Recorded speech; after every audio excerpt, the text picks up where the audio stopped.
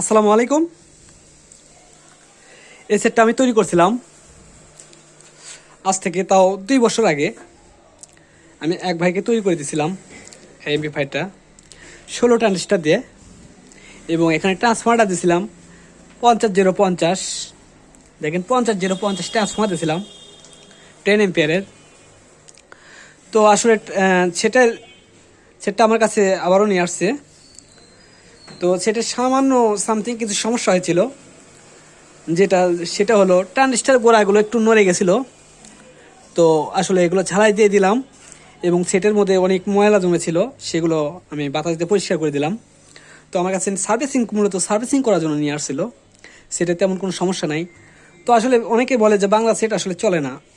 তো আমি বলবো, দেখেন, সেট যদি সব কিছু ঠিকঠাক ভাবে যদি তৈরি করা হয় তো অবশ্যই সেট চলবে।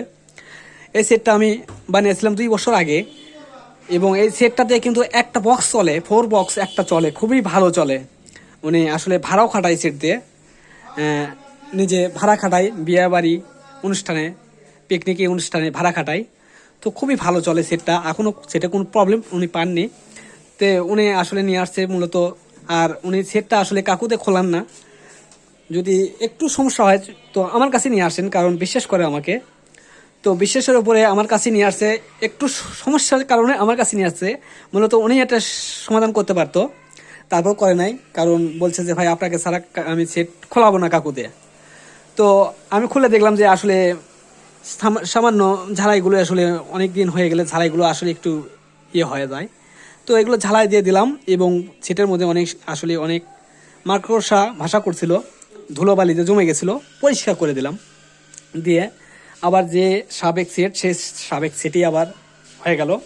আবার আশা করা যায় অনেক দিন চলবে সেটটা। তো সেটটা একটু বাজিয়ে দেখাবো। আর যদি কেউ আপনারা এইভাবে তৈরি করে নিতে চান, আমার সঙ্গে যোগাযোগ করবেন। দেশের সব জায়গাতেই আমি দিতে পারবো সুন্দরবন কোরিয়ার সার্ভিসের মাধ্যমে। তো সেটটা আমি সাজাইছি 16 ট্রানজিস্টার দিয়ে, বাংলা বোর্ড দিয়ে, এবং হিটসিং, ছোটোগুলো হিটসিং দিয়ে, যেটা ছোট বলে একটা, এর চেয়ে একটা পাওয়া যায়, হাইট পাওয়া যায়। হাইটটা না, এটা অনেক আগে সাজানো, যেহেতু তখন আসলে মূলত ভালো ভালো মাল খুব কমই পাওয়া যাচ্ছিল। তো এখানে 10,000 ইউরোপের 100 ভোল্ট 2টা ক্যাপাসিটার লাগিয়েছিলাম। এখানে ডায়োড লাগিয়ে দিয়েছিলাম একটা। তো আর এখানে যে আমি 12 ভোল্ট কোনো ট্রান্সফর্মার ইউজ করি নাই। এখানে আমি দেখেন একটা 12 ভোল্ট সার্কিট লাগাইছি, যেটা যে ঢোলের, আমরা ওষুধ ছিটানো যে ঢোলগুলোর যে চার্জারগুলো পাওয়া যায়, সেই চার্জারের ভিতরে যে মেশিনটা থাকে 12 ভোল্ট, সেই মেশিনটা এখানে ইউজ করছি আমি। ইউজ করে আসলে সব কিছু করে দিছি। তো ট্রান্সফার চেয়ে আমার মনে হয় এটা ভালো চলতেছে, কোনো সমস্যা নাই, কোনো প্রবলেম নাই। আর এখানে যে বেস্টনটা ব্যবহার করা আছে, এটা হলো 4 ভলিউমের বেস্টন, যেটা 4টা আইসিতে করা। এই বেস্টনটা আমার কাছে আছে। তো দেখেন এই বেস্টনটা এখানে ব্যবহার করা আছে, 4টা আইসিতে করা এই বেস্টনটা। এখানে 12-0-12 দিতে হয়। আর এখানে দেখেন এই ট্রান্সফর্মার দিয়ে কিন্তু 12-0-12 মারা আছে। এখানে 3টে তার, এই পাশে 50-0-50, এই পাশে 12-0-12 করা আছে, এবং এখান থেকে 12 ভোল্ট নেওয়া আছে কুলিং ফ্যানের জন্য দেওয়া হয়েছে। এবং এখানে মাইক্রোফোন দিয়ে কথা বলার জন্য ইকো সিস্টেম করা আছে, দুইটা লাইটিং করা আছে সৌন্দর্যের জন্য। তো দেখেন আমি সেটটা প্লে করি, দেখেন সেটটা প্লে করলাম। দেখেন কুলিং ফ্যানগুলো খুব সুন্দরভাবে চলতেছে, খুবই সুন্দরভাবে চলতেছে কুলিং ফ্যান, আর সেটা কোনো হার্ম নেই। তো আমি যদি একটু দেখাই, দেখেন আমি একটু ইএসবি চালু করে দেখাই।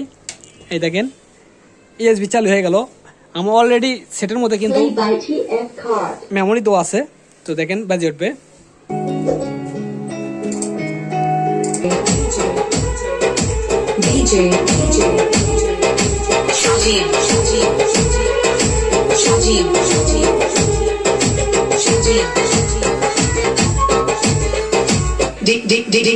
আসলে গান বাজানো যাবে না।